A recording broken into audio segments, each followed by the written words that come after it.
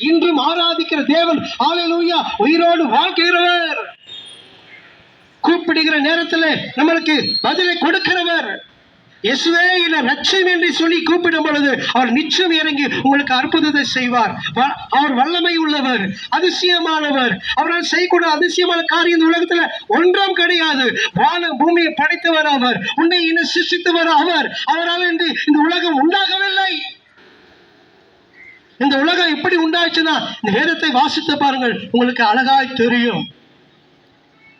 So நான் என்ன சொல்லணும், எப்படிப்பட்ட பாவத்தின் வல்லமையில சிக்கிக் கொண்டிருந்தாலும் சரி, இன்றுவே இயேசு நோக்கி கூப்பிடுங்கள், அப்போது கர்த்தர் உங்களுக்கு விடுதலை தருவார். வேதம் சொல்லுது, குமாரன் விடுதலை ஆக்கினால் மெய்யாகவே விடுதலாவீர்கள் என்று சொல்லுகிறார். ஆகிய அந்த குமாரனை, அந்த இயேசுவை நோக்கி கூப்பிடுங்கள். இன்றைய கர்த்தர் உங்களுக்கு விடுதலை கொடுத்து ஆசீர்வாதத்தை கட்டளையிடுவார். ஹல்லேலூயா. இன்றைய உங்கள் மனதை தாருங்கள். ஹல்லேலூயா. இயேசு உங்களை நேசிக்கிறார். இயேசு உங்களை வாழ வைப்பார்.